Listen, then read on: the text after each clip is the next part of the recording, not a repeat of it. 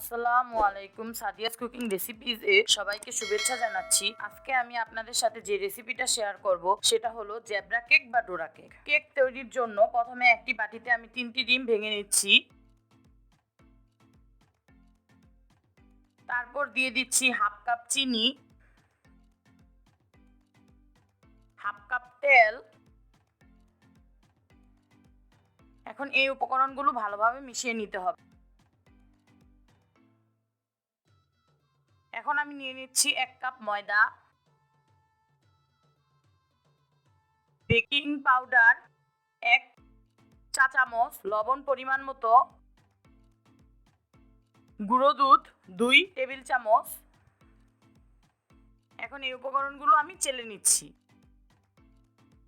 এখন এখানে দিয়ে দিচ্ছি আমি 1/4 কাপ ভ্যানিলা এসেন্স। এখন এই উপকরণগুলো ভালোভাবে মিশিয়ে নিব।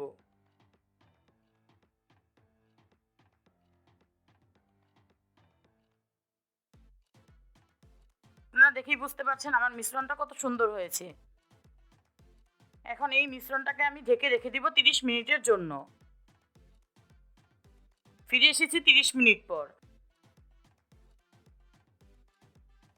30 মিনিট পর আমি এই মিশ্রণটাকে 2 ভাগে ভাগ করে নিব।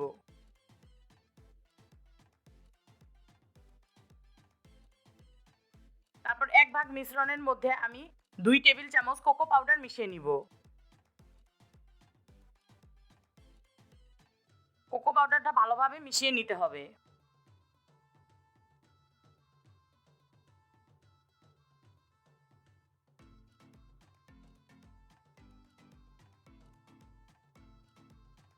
এখন আমি নিয়ে নিচ্ছি যে প্যানে কেক বানাবো সেই প্যান। ওই প্যানের মধ্যে আমি তেল ব্রাশ করে নিচ্ছি। তারপর আমি দিয়ে দিচ্ছি আগে থেকে মিশিয়ে রাখা ভ্যানিলা কেকের মিশ্রণটা। এখন দিয়ে দিচ্ছি চকলেট মিশ্রণটা। এভাবে আমি একবার ভ্যানিলা একবার চকলেট মিশ্রণ দিয়ে পুরো কেকটা দিয়ে দিব।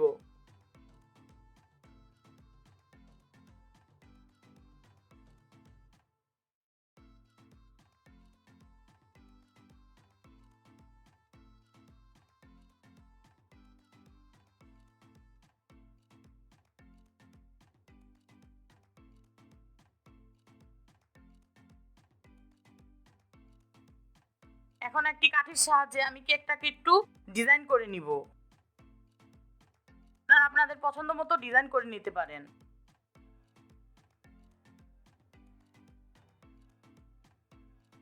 এখন আমি কেকটাকে চুলায় বসিয়ে দিচ্ছি।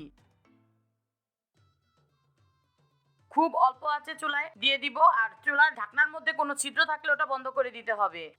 25 মিনিট পর আমার কেকটা হয়েছে কিনা আমি চেক করে নিব একটা কাঠির সাহায্যে। কাঠিটা কেকের মাঝখানে ঢুকিয়ে দিয়ে তারপর কাঠিটা যদি পরিষ্কার থাকে তাহলে আমার কেকটা হয়ে গেছে। এখন আমি কেকটা ঠান্ডা করে নিব। কেকটা ঠান্ডা হয়ে গেলে প্যানের চারপাশে ছুরির সাহায্যে আলাদা করে নিতে হবে কেকটাকে।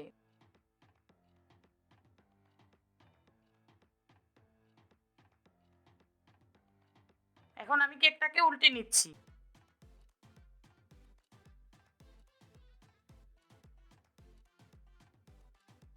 এখন আমি আপনাদের কেকটাকে কেটে দেখাবো।